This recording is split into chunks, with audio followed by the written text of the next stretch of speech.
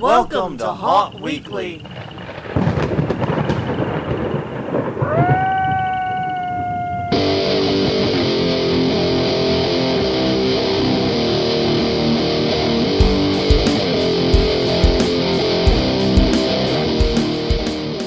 Hello, everyone. I'm Jonathan. I'm Crystal. And this is Haunt Weekly, a weekly podcast for the haunted attraction and haunted entertainment industry. Whether you're an actor, owner, or just plain aficionado, we aim to be a podcast for you. And it is apparently interview month. It is. We have yet another guest, and I'm very, very excited about this one, as we have Matt Scott on the line. Matt, are you there? From Von Grimm Productions. Did I say everything right? Yeah. I think so. Yeah, oh my God, right. this is a first. Someone write this down. Mark this day in the calendar. It will never be repeated. I think it's because we practiced. Maybe a little bit of practice. What, us practice? No. Lies. But yes, Matt, how are you doing? I'm doing good. How are you guys doing? Doing great. It is, like you noted before we went live, it's the busy season, a busy time. But other than that, a lot of fun is being had. It's actually decent weather here in New Orleans. It won't last. Mm-hmm. So where are you based out of? Yeah, tell us a little bit about yourself. Where are you based at? What? I'm based out of Nashville, Tennessee.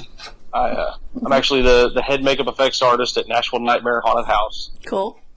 And I'm recently moved, probably last 3-4 years to Nashville from East Tennessee, and I've been doing effect stuff for several years, pseudo-professionally. It wasn't until I moved to Nashville that I really kind of hit my stride and kind of got a lot of the networking done and really started making some connections to start running the business. All right, cool. That's cool. Yeah. So what is your background in haunting? How did you get started in this? I got started in haunted houses in 2006 back in Upper East Tennessee at a little local haunted house called the Crone House, run by a man named Tim Harkleroad. Okay. And it was literally, I was in college, I was a theater student, and I was like, I've always liked doing makeup and I like scary things. I think I'm going to try working in a haunted house. You've got to be the absolute first person to have had a logical introduction into how you got in a haunted house I've spoken with. Usually it's I was dragged into it by someone else, or I was always really weird and I had to do this. Yours actually makes, sense, like on a human level. And that kind of disturbs me a little bit. I've got to be honest. Well, I mean, it all really stems from, I've never wanted to do just a normal job. Right. I have, everyone's done it, but at the end of the day, I'm a very creative person. I like making things. I came from a musical family. My dad and my brother are both heavily involved in music. Right. All of my siblings and I were all creative in different ways.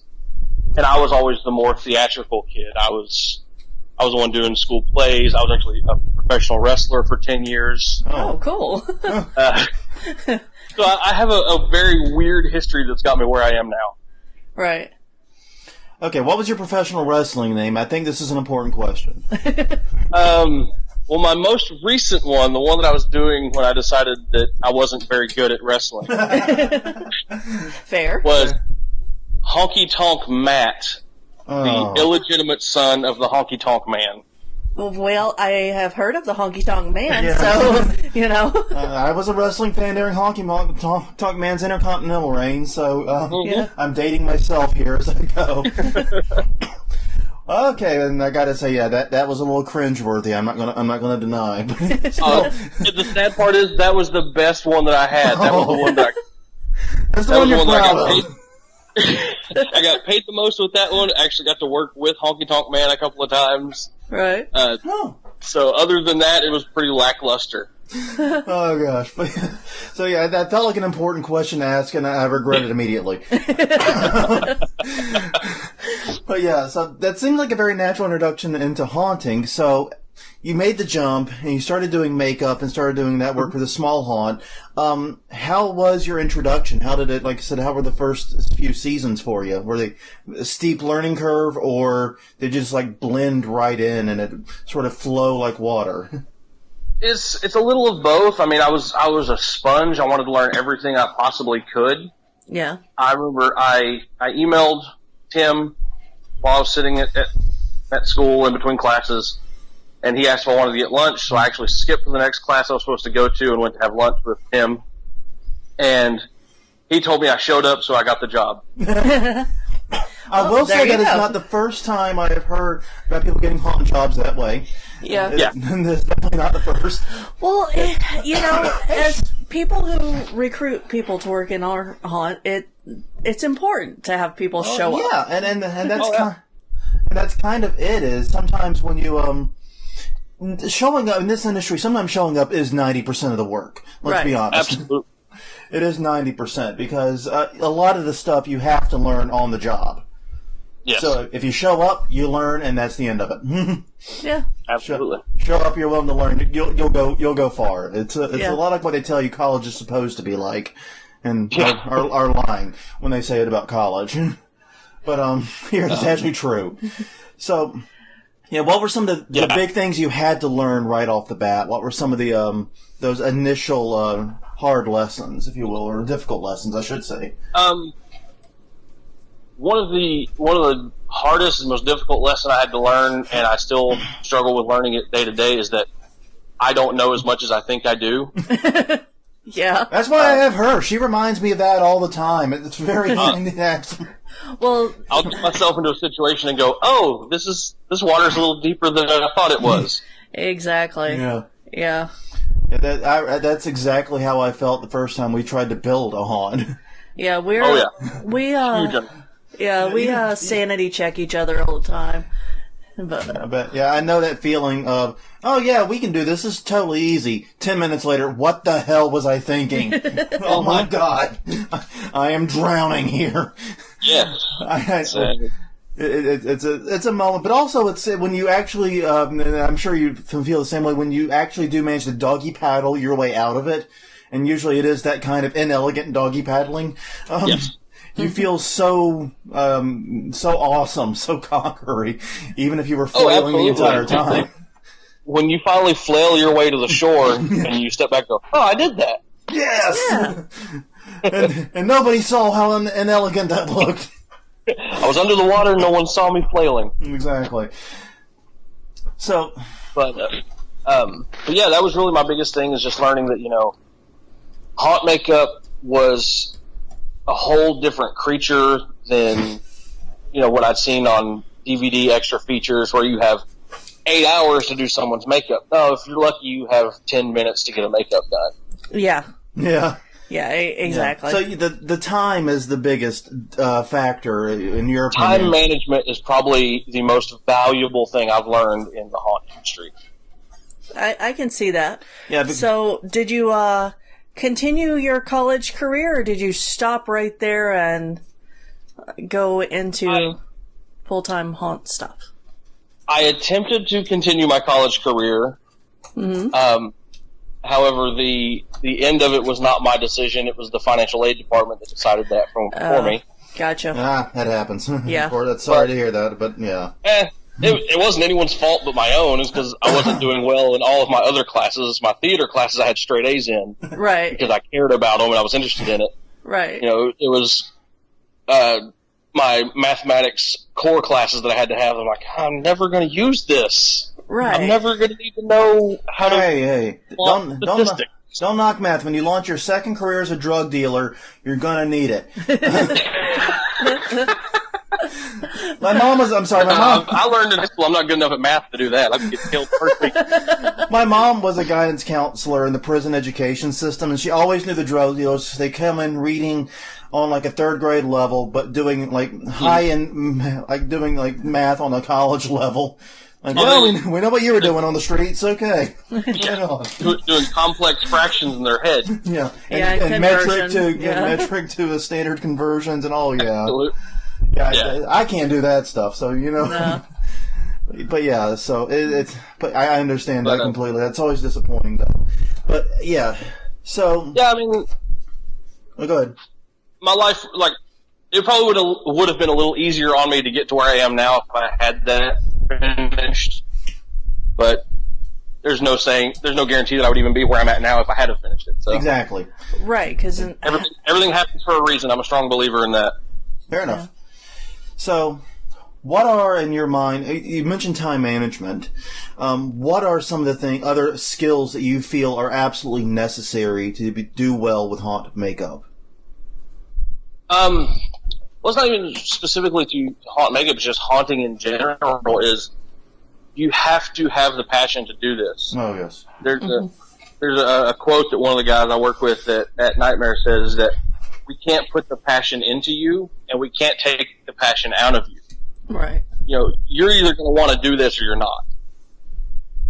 Yeah. Because I tell people, especially during auditions, when people come in, they think they want to do it, I tell them, say, it's fun, don't get me wrong, we have a blast, but you're going to be tired, you're going to not have a voice, you're going to lose a lot of sleep, you're going to be bruised. But if you're one of the people that enjoy it, there's nothing that can stop you from wanting to do it more. Right. Yeah, I agree with that completely. And every year at some point when construction or prepare the run up to open, we always have a moment like, why do we do this? Why do we do this to ourselves? Yeah. We're not obligated. This isn't our career. Yeah. We will need this to eat. What are we doing? What are we thinking? And then, like you said, the next morning the sun rises, the passion's back, and you keep going. I mean, that's just it. You're absolutely right. The passion is everything. Oh, yeah. Because I had one season where I was like, I think I want to take a season off. Yeah. 2 weeks into it, I was like, what am I going to do with all my time now? I'm sitting at home bored out of my mind. Yeah, I could see that happening. We've debated taking a season off, but mainly just to go and visit other haunts and see what they're doing, but... Absolutely, and that doesn't take... That's definitely what I miss the most about being working in a haunt, is not getting to see other haunts. Right. Yeah. And that's one of the things that always stops us, because we keep thinking maybe we want to take this then really the next level, go full on professional with it, and then it's like, but then we wouldn't be able to see the haunts that we do, the limited number of haunts we do get to see. Yeah. And right. So I don't know.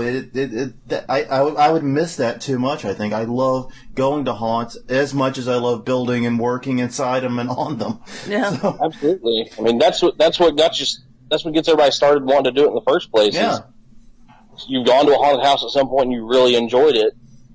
Yeah. And then that's typically the natural progression, is you either start working in them or you grow out of them. Right.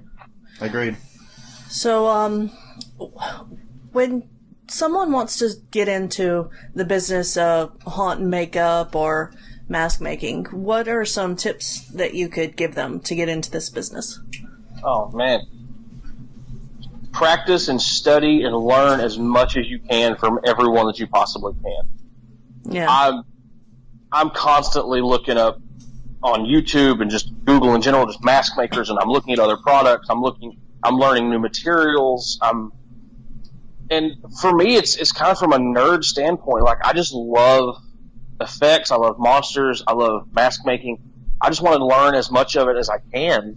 Right. And like, to me, there's nothing more fun and nothing cooler to me than hanging out with other people that do this and that are good at it, because you're going to learn something. You're going to have a good time doing it.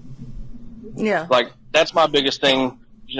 Every year I take my vacation and go to Transworld. Yeah. And people ask me, like, oh, well, why don't you, go to the beach? Because I'd be bored out of my mind sitting at the beach. Yeah. I go to Transworld and I talk to mask makers and I have a blast. Yeah. So, yeah, just learn as much as you can and practice. Because just when you think you've got something figured out, there's going to be someone coming along right behind you that's as good or better than you are. Right. And if you're in it to try and, run a business and be successful doing it, you have to stay on top of what's popular and what people are buying. And if you're not studying the market and studying the materials and the process, you're not going to know that. Right. So, when did you make the jump, or have you made completely the jump from doing haunt and makeup into full builds of mask? I still do both of them pretty evenly. Mm-hmm. The mask making is definitely what supplements me through the rest of the year. Right. Of, being able to just creatively supplement, gives me an outlet to get these things out of my head and into the real world. And plus, I make masks for the haunt. I make masks for sale. So, right. I mean, and during season and during our events, like we've got an event coming up next weekend that I'm still running the makeup department and still applying makeups for that. So, I mean, I'll probably never quit doing makeup unless I can't make the time to do it. Right. I mean, that's my initial passion, and that's what I fell in love with at 9 years old, is doing makeup. Yeah. Okay. Yeah. So what do you think,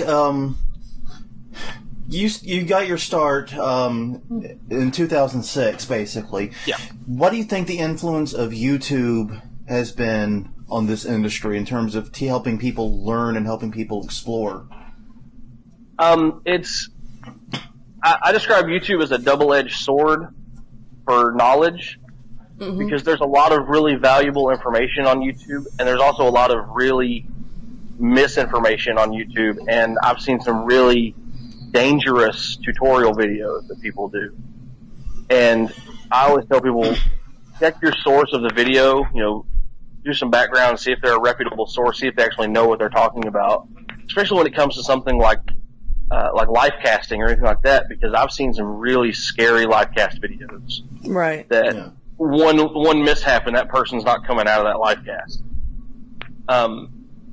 So that's really, really how I feel about YouTube. Is it's a really valuable tool, but you need to be careful with it and know where your material is coming from.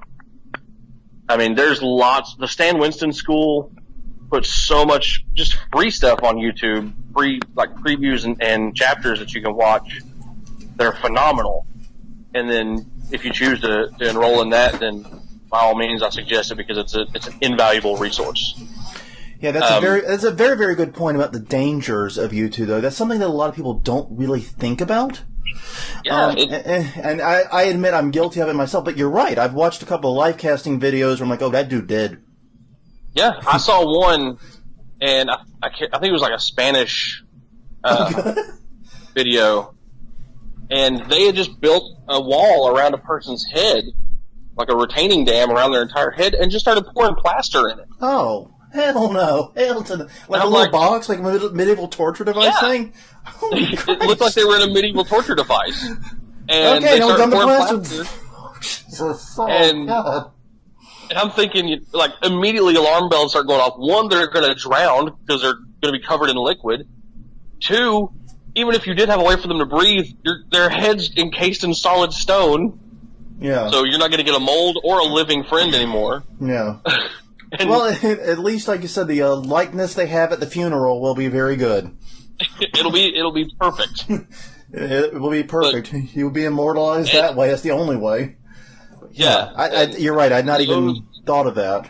Wow. That is, yeah. And I see people that do, like, live casting is usually my go-to warning for videos on YouTube, because I've seen so many bad ones. Yeah. I still see people putting straws in people's nose, and all it takes is one bump of a straw, and worst case scenario, you jam it in their brain. Best case scenario, you give them a horrible nosebleed and it ruins your casting, and you've wasted time and material and hurt your friend. Yeah. Okay, so fair enough. But I gotta say, I have actually gained a lot personally from makeup tutorials on YouTube. The makeup ones in particular have been, some of them have been actually really helpful.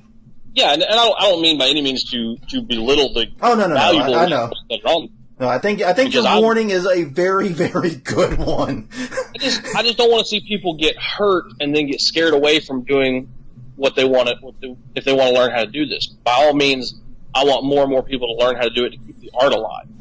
Yeah, absolutely. But just learn correctly. Yeah, your warning is actually well advised. I think that's a beautiful warning that everyone should get. Like I said, my main one of the things we have gained a lot from YouTube, though, on learning how to work with like latex, for example, because we both come from artistic backgrounds, but not makeup backgrounds, and so learning how to take things that you learn how to do to a wall and do it to a person, YouTube has been very helpful for that, and I've really, really enjoyed that. And so yeah, and it's a wonderful community online for people to ask questions and learn from people. And me personally, I'm a very visual learner. Exactly, so YouTube is incredible. Like, I remember back before YouTube was even a big deal, like when it was first starting out, and it was mostly just like cat videos. Cat videos like, and pirated Simpsons episodes, hello. Yes, yeah. Most information for makeup or haunting in general was from really kind of poorly built websites where you had to scroll through link after link after link to try and find the information you're looking for. Yeah. And then when you find it, it's just a page of text, and I could only read for so long before I'm like, okay, I see something shiny, I've lost interest. Yeah. So I'm a very visual learner, and for me, YouTube is incredible for that. And the fact that there's video tutorials by guys like Rick Baker that show you how to do stuff. Yeah. Right. It's incredible. Yeah, we're going to have to put some of these channels in the actual show notes so others can find them. You mentioned a couple of great ones, I think. So, yeah, we'll make sure to include those in show notes. But yeah, it's you are right, though. There's a lot of bad information on YouTube, especially about live casting. Yeah. It's one of the things, like, I can't even fault the people who put it up there. It's just, they're just misinformed. Right. It's not like anyone's out there putting up stuff with the intention of getting someone hurt. It's just someone who, like I said earlier, someone who maybe thinks they know more than they really do. Right. Right. Oh, and it's one of those things, and I think one of the advantages that you have from what you've said, and I think a lot of other people don't have, is that you kind of recognize your own stupidity at times. Limitations. Yeah. Thank you for putting it more generously. Yeah. No, you're right the first time. But we when you recognize your own limitations, you become much better in the industry because at anything, because that A, pushes you to grow, and B, it keeps you from putting out stupid videos that might get people killed on live casting. Yeah, we actually had a friend who almost had a medical emergency because they did one of the duct tape bodies. Mm-hmm. And when they were getting wrapped, the person wrapped too tight. Yep. And they couldn't breathe. Yeah. And that's easy to do. Yeah. It's something that if you don't think about that ahead of time, by the time you realize it's happening, you're pretty far in. Yeah. So, yeah, we've seen some live casting go wrong. Not too wrong. No actual injuries or anything like that. Right. But yeah, we've seen a few go wrong. Yeah. So, yes, very good warnings all around. Mm-hmm. So... Tell me more about the type of business you run now, and basically what it is you do to fill your 12 months a year and keep so crazy busy. My business of Grimm Productions is primarily mask maker. We do sock masks, quick pull on, pull off socks. That I got started when I was working at Ripley's Haunted Adventure in Gatlinburg. That when we were on slow season, I would take old prosthetics and throw them on a pantyhose sock and have a mask for the season. Yeah. And I just kind of expounded on those, started making them more and more detailed. And that's primarily that, and our new line of burlap masks that I've just started within the last month are primarily what I do. But there's also, we have a line of our own permanent high gloss blood paint, similar to PermaBlood. Right. And a lot of my stuff stems from being extremely, cheap and not wanting to pay for someone else's product. Yeah. Well, that's the haunter way, man. Yeah. It's part of, a mindset of mine, well, I think I can make that, and I just want to see if I can. Yep. And then when I figure out that I can, I'm like, oh, okay, well, now I'll just make my own. Yeah. And it started out, I was just making it for a haunt that I worked for, and other haunters came in and saw it, and the owner was like, oh, well, Matt makes this. Like, oh, well, can I buy some from you? And I was like, well, if people are willing to buy mine, I should start selling it. Yeah, exactly. That's how a good business starts. Yeah. Yeah, I mean, because I'm the world's worst at thinking that anything I do, anyone else would be interested in buying. Yeah, I get that. Yeah. I totally get that. I think it's the artist in me. It's like, well, I'm just doing this because it's something I need to do. Right. From an artist standpoint. Yeah. You are a crafter. At the end of the day, you are a crafter. Yeah. every knitter, crocheter, painter, whatever, any craft it is, you do it for the love of it, and then you're kind of surprised when people want to pay for it, and then you don't know how much to charge for it or what to do with it. And because I'm like, well, if I charge too much, then they're going to think I'm full of myself. Exactly, yes. Oh, God, this is so familiar. But if I don't charge enough, then I'm just losing money, and then it's not worth it. But we have we've got the blood paint. We also have a line of appliances and prosthetics that we do. We do silicone appliances. We do latex appliances. Mm-hmm. I've also got a line of water slide, like Tinsley style transfers that we're doing that are a lifesaver in a haunt environment because you can put them on in 5 minutes and you're done. Yeah. Yeah. And it's a 3-dimensional makeup that looks really good when people see it. And we even use it on some of our Q line actors that we're, hyper aware of people are going to be seeing them up close for longer periods of time. So it has to look good. Very cool. I tell people, like, if you're inside the haunt, a quick 10-minute airbrush, sunken in zombie look will be fine because they're going to see you for 5 seconds maximum in the dark. Yeah. Or we'll put you in a mask. Yeah. There's a reason why our Q line people here have the best best masks and best makeup. Yeah. They're going to be seen for the longest periods of time and scrutinized up close. So, yeah. They have and this is really important. They're going to be the ones featured in the photos that people are going to share with their friends and put on social media. And Absolutely. so, that's something else to think about too. Because I've been to a few haunts where the people front of house either aren't in costume, and that's boring. But also where those that are not, they don't look so good when they're put on Facebook. Right. And I've seen Q line actors that will have a silicone mask on, and that's where the character stops. Yeah. The rest are wearing their normal T-shirt and jeans, and they're walking around talking to people. Yeah. And this drives me up the wall for multiple reasons. Well, and like our main character is a guy named Bernie. Bernie Baxter's name, and we took an old man mask, and so theoretically you could take this old man mask, this higher end old man mask, and you can make so many directions with it. You can make him just like a general old man, but what we did is old man mask, top hat, coattails, cane, and he's a carnival barker. Yeah. Carnival barker from hell, and it works, and it all meshes so well together. But I could easily see how you could take that mask so many other directions. Yeah. Oh yeah. And why you wouldn't do that kills me. Well, this guy, he was wearing like a demon silicone mask that was like dark gray. A wife beater.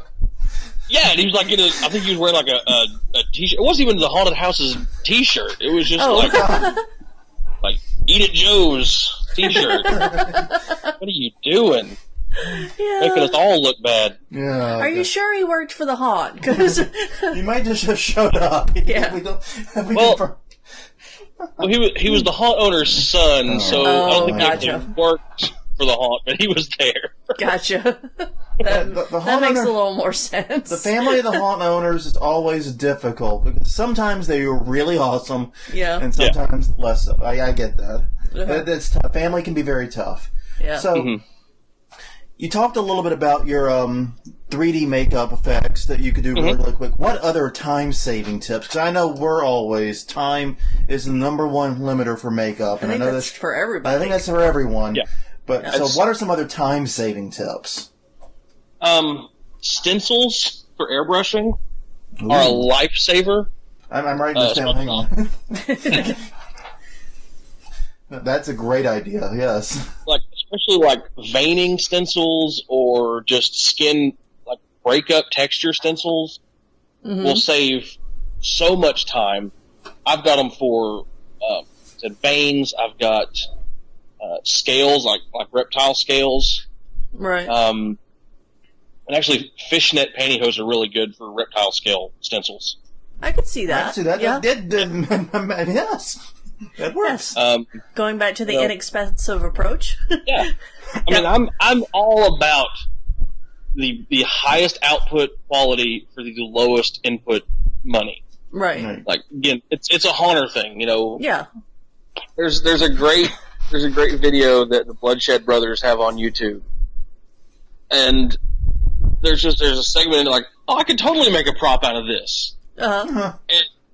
to me, it sums up being a haunter from top to bottom. Of you look at a pile of what other people would say, this is a pile of garbage that needs to be thrown away, and go, no, this can go in the asylum, this can go in the mortuary. And I mean, one of our guys here, that's his whole.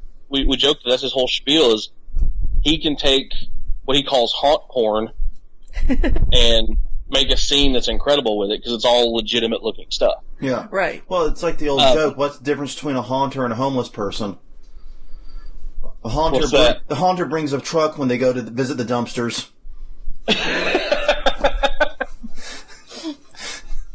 So I have never actually heard that one. That's good. Yeah. I'll have to share that one. What was it that told me that one? It was one of the local haunt owners. I don't remember hearing that either. So okay. That's good. But yeah, it's true though. It's true. I mean, I have no shame about dumpster diving. Neither should anyone else. No. That's how you get the best stuff. Not at all. Oh God! Yeah. I remember the day. I was so excited the day we found like 50 pounds of vinyl siding scrap. Oh yeah. That was like Christmas. Oh my God. Dude, absolutely. And Krylon Touch, you can make that any color you want. Oh my, the Fivas. Yeah.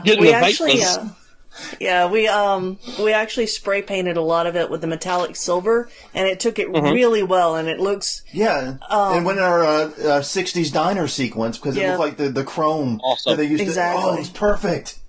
Yeah. That's awesome. Oh, God. See, other time-saving tips. One thing that we do here is about a month or so before season, and this is just how we handle it. It's just about a month or so before season, we set up a weekly makeup artist practice. Yeah. Where we'll have actors come and volunteer to be models, and we do time trials. You know, all right, here's your makeup we want you to replicate. We give them a picture, and you have 15 minutes.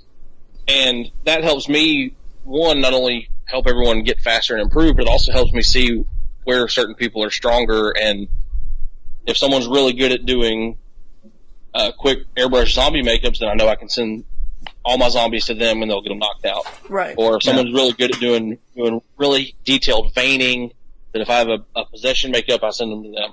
Right. Yeah. So it's, that just comes down to just practice. Just learn the techniques that can make the process get done quicker. You know, learn anatomy, learn where shading should be, so you're not having to adjust as you go. Yeah. Because I've seen a lot of, and I was guilty of it when I first started, of really misplaced shadows. Right. A lot of my early makeups look like raccoons with triangles on the sides of their heads. Because that's what I thought temples would look like shaded. Yeah, I can understand that. Saying learn anatomy, and I think Crystal's having nightmare flashbacks to college and biology class. Well, it's my phone's making noises. It's okay. The risks of live podcasting. Yeah, it's really hard for me, like the anatomy stuff, because I get so much flack for this as an effects artist. The sight of real injuries and real blood makes me nauseous.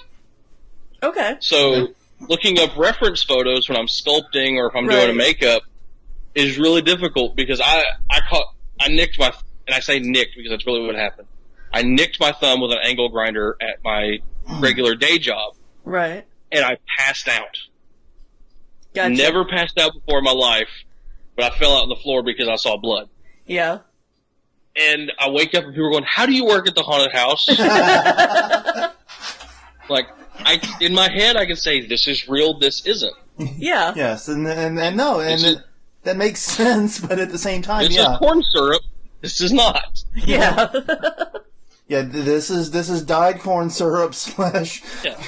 And what flows in my veins hopefully is not corn syrup. Otherwise, I'd probably have much bigger problems. Yes. I was saying, I don't know. I'm a big Southern boy, so I'm sure there's probably a little bit of corn syrup and gravy in there somewhere. Oh yeah. Oh yeah. Hey, I'm from South Carolina originally. I understand. There you go. Louisiana here, so. You know, we're all on the same page from a culinary standpoint. Yes. If we can fry it, we will. Oh, yes. Yeah. I went to the state fairs with the fried, with that exact sign, pretty much. If it fits in the deep fryer, we'll deep When fry we run it out for of you for things a to fee. fry, we'll fry what we've already fried. We'll double fry it. Exactly. But yeah, just and anatomy is just important, just in general, for makeup or mask making or anything like that. Because if you have a general basis knowledge of at least the facial anatomy, then again, it comes down to painting. Makes painting quicker. It makes, if you're making a mutant character, you can adjust the anatomy, and you already know where things are at. And it's really, I can't express anatomy enough to people if they're wanting to do makeup or monsters. Yeah. And it's important to know the rules so you know when and how to break them to sort of push your makeup into that uncanny valley. Right. Yeah. Like, I tell people all the time, say, monsters are easy because you don't have to follow the rules. Mm-hmm. But doing an old age makeup or a witch makeup on somebody, that's a lot harder because the human body ages a certain way. Right. And gravity pulls things in a certain way, and you need to know where those wrinkles need to go. Yeah, it's much harder to draw, like in 2 dimensions, an old person versus a young person. Absolutely. Yeah. And because there's so much more detail, so many things that are misshapen, but as you said, misshapen in a very specific way. It's not. Yeah. You can't just take the football and run with it.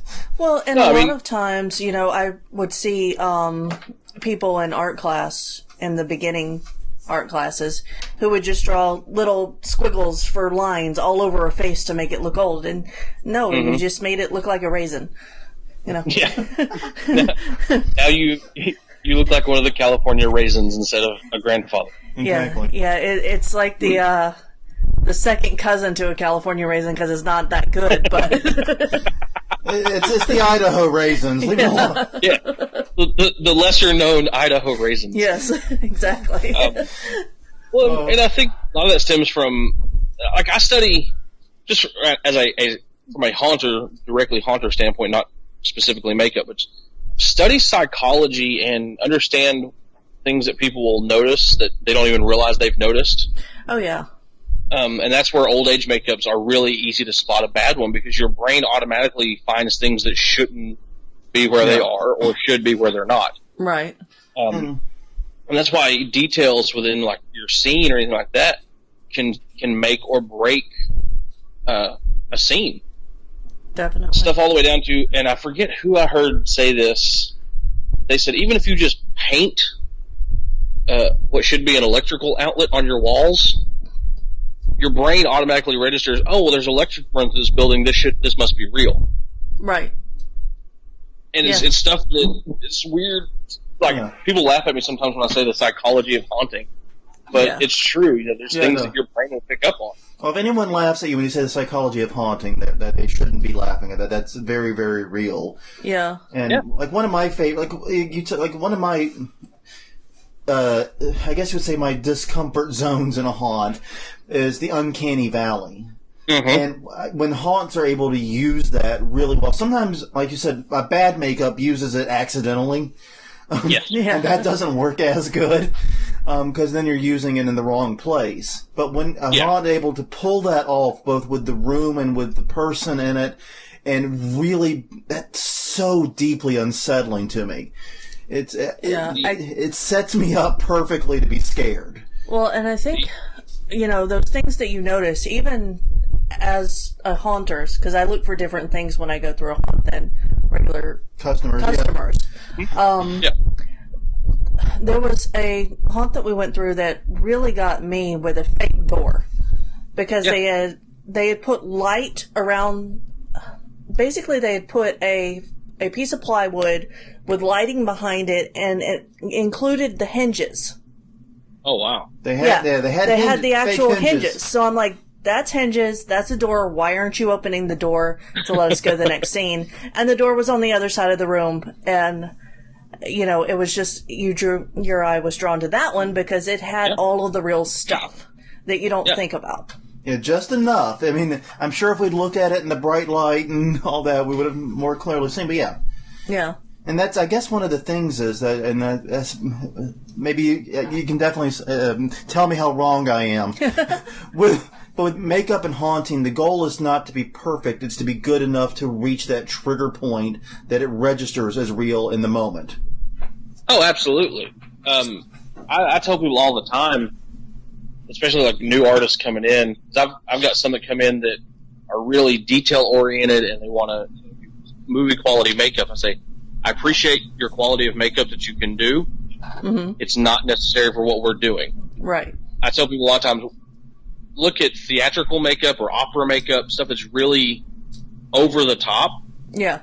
And we're closer to that because it needs to register quickly that they're threatening or there's something wrong, there's something not right about this person, I shouldn't go near them. Right. And if it looks highly detailed like you would in a film, we don't have the benefit of giving them a 30-second close-up to look at that makeup. Yeah. It has to register quickly, and sometimes you push past where I would say we could stop for something if it were on a photo shoot or a commercial or something like that, because it all boils down to your fighting time. Yeah. Time is the one asset that we all need that we can never have enough of. Right. You're fighting time, and also the brain actually will fill in a lot of those details for you if you can get it close enough. And I think one of the smartest things I've heard on this subject, and sounds like a crazy source, is actually Weird Al Yankovic. Because he did the Fat music video for Fat many, many decades ago. And he talked about how it was like 3 hours in and out of that suit. To do it, to do the music video, and it was a huge headache, it was a huge pain. And yet, if you go to one of his concerts, which recommend highly, but if you go to one of the shows, he actually changes into the suit just like in a moment between songs, right? And it looks totally convincing. And if someone asks, "How the hell do you do that?" It's like and that's what he says. Basically, there's a huge difference between what you do when you're going to be on camera close up and when the nearest person's 20 feet away from you. Right. Absolutely. Use that 20-foot rule. Yeah. Exactly. It's you can get away with murder with a 20-foot rule. Exactly. Yeah. And that's what he said. Basically, says is what we do. And so I'm able to do it in 30 seconds to a minute rather than 3 hours. And that's the difference. So we're not doing movie quality makeup, and I think it's interesting because we talk about haunts needing movie quality sets all the time because you are looking at those walls and you do have all gear to work on them. Yeah. But you don't have that need for movie quality makeup and movie quality masks. And as a makeup artist, that was a real hard thing for me to get over. And that was my next question. Especially in the mask realm, because when I first started, I was so like, no, don't put him in a mask. We'll do makeup on him, because when you're in a mask, your speech is muffled, and there's all sorts of things you have to worry about and may not read as well. Put him in makeup. Well, after going through a couple of seasons and going, I don't have enough time to get all these makeups done, and the owner's coming and yelling at me, we opened in 5 minutes, and I have a line of 30 people that still need makeup. I just kind of had to embrace, okay, I don't have to make something that's going to win an Academy Award for the haunted house. Right. I don't, and that's when I really kind of embraced mask making. It was like, okay, well, I can take that time and put that detail into my masks and then put it in an actor and they put it on, and it looks like I spent a 4-hour makeup job on them. Yes. Yeah. And, but then it hurts when they come back and the mask is ripped, but that's the nature of the beast. Yeah. I've managed not to tear my mask. It's sitting right behind me now. We've walked about 6 years in that. Yeah. There's some people that can take care of them and treat them like they're as expensive of an investment as they are, and then there's some people that just don't care because it's not theirs, and that. Yeah, I guess that's the difference. Is I paid for my mask, so therefore it gets cared for accordingly. Yeah. That's what I told them here is like, you need to start charging people when they rip a silicone mask. Yeah. Because I get at least 2 to 3 silicone masks per season that are just destroyed. Oh. And that makes me sick to my stomach. Yeah, that hurts. That hurts me, man. And I'm all the way over in New Orleans. Yeah. You had mentioned that you make masks with haunters in mind. and you've got a new line coming out. Tell us a little bit about the new line of mask. The burlap masks, they're all, I do them on a slightly oversized head form, so they go on easy. Right. There's no pulling and tugging on it, so that I hereby appreciate this already. Well, I do too. I will mention that at least in our hunt, we have 6 guys that are over 6 foot tall, 6'4" actually. Mm-hmm. They're over 6'4", so they have. It's hard to find masks for them. And I have kind of a weird misshapen head too. So that's where all the tall haunt actors are at. Yes. We're all here in New Orleans hanging out at our... Yeah. We have at least 4, sometimes 8. I am the shortest male actor in the haunt, and I'm 6 foot even. Yeah. Oh wow! Anyway, I'm 6 even, and I'm one of the bigger guys here. So. Oh wow! Yeah, I think I need to go visit you then. I think our tallest is 6'6". Yeah, we have. Is Chris 6'7" or 6'8"? He's 6'7" or 6'. It doesn't matter. Anyway, back to the burlap mask. Back to the burlap on topic. Stay on topic. Stay on target. Stay on target. Yeah. We've. Burlap mask. But I started making the burlap masks. One, because I was at Transworld this year, back in March. Right. And I was like, man, I've apparently missed the burlap bandwagon. I need to get on this. Yeah. So I came home and I just started coming up with some ideas for some masks. And like I said, I do a bulk count head form, so they're slightly larger, easier to get on and get off. I do a full cotton sock on the inside that's intrinsically bonded, so there's material all the way through it. So when I put the burlap on, it stays on that sock, but it's comfortable. There's no burlap itching against your face or rubbing you raw. That's nice. They're all lace up the back. So if you have a guy whose head's a little bit smaller, he can tighten it up, or a little bit bigger, he can loosen it up. It gives more space. Right. And they're all like high quality, strong burlap. It's not your typical crafter burlap that you're going to go and buy at Joann's that may rip really easily. It's high grade burlap that I've got in different weaves, so some look a little bit different than others. Each one is a unique one-off piece. So, I mean, everything that you get, it's going to be the only one like it. Very cool. And, I mean, I tell people that, but I also say if you see one that you like on the website that is sold, I can get it pretty close to what it was. But each one's handmade, so there's no two that are identical. Yeah. Right. And I found a lot of haunters like that because they can say, oh, well, I have this one, and it's the only one that's like it. Exactly. Because there's people that really like that exclusivity. This is our creature. Yeah. I agree. But with haunters in mind, like I said, it's just the haunters in mind thing is just I try and keep my prices low because I know haunters are always on a budget. Even when you're Netherworld, they still have a budget. It's just bigger than others. Right. And especially the per actor budget. Oh, absolutely. That's where it gets painful sometimes. Yeah. But I try I keep my costs low as possible. I work with people on stuff. If someone contacts me and says, hey, I have an idea for a design. I want to do a custom mask. I'm not going to rake you over the coals for it. I'm going to charge you pretty much normal cost for it. Right. I think pretty much because I don't really have a specific price breakdown for that because it's happened so few times here lately that I haven't really had to deal with it. Right. But I try and keep everything budget friendly because I'm not out to make $1 million off of masks. I just like getting my art out there and having people appreciate it and want to use it. Very cool. Very, very cool. And also, there's also things like I go in and I reinforce all of the stress points. Like I put power mesh around the eyes and the neck because I know they're going to get pulled on and they're going to get tugged on. Right.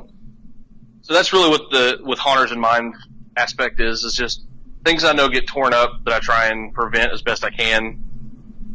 And anything that I sell is always, if it tears up, give me a call, ship it to me, I'll fix it, or we'll get you another one or something like that. I'm on your site currently, and I just now realized this like 2 seconds ago. You do silicone mask repair. Yes, I do. Absolutely. I do. That is awesome. A lot of that has come from just and like I said, a lot of that has come from just having to do it. Yeah. I'm patching silicone masks, or there's one. They're actually the one that's on that that page, the flayed Frank, it was actually ripped from the corner of the bib at the shoulder all the way up behind the ear. Wow. On one side. And had been that way for months when I got a hold of it. And I went in and I prepped all the silicone so the new silicone would bond to it. And I reinforced it with power mesh and made sure it was completely encased in new silicone, and then repainted it, and you can't really see a difference between what was there and what was new. Okay. Well, we are almost out of time, so real fast, tell all the nice people listening where they can find you, where they can obtain your stuff and your services, and follow you on all the important social media platforms and so forth. Absolutely. You can find us at www.vongrimmproductions.com. 1 N, 2 M's. I have to specify. Yeah. Or at facebook.com/VonGrimmProductions. We're also on Instagram. It's MattBGP on there, and I'm constantly putting up new pictures of stuff I'm making, whether it be sculpts or new masks or anything like that. Yeah, I think that's pretty much all of my platforms that I'm on. I have accounts on others, but I'm never on them. Fair enough. Fair enough. fair. Cover the major bases. Well, Yeah. Matt, thank you so much for this and providing some great insight into this area. Loved having you. We're going to have you back at some point to talk more about this. But yeah, this is a fascinating world, looking into the behind the scenes of mask making and haunt makeup in a way that we don't often get to see. Right. Well, Absolutely. On that note, everyone, thank you very much for joining us. I'm Jonathan. I'm Crystal. And that's Matt. Yeah. And this has been Hey, that's me. And this has been Haunt Weekly. Be sure to follow us at hauntweekly.com, Facebook and Twitter. We're Haunt Weekly there. Thanks again, Matt, for a wonderful, wonderful hour. We greatly appreciate having you, and we will see you guys next time.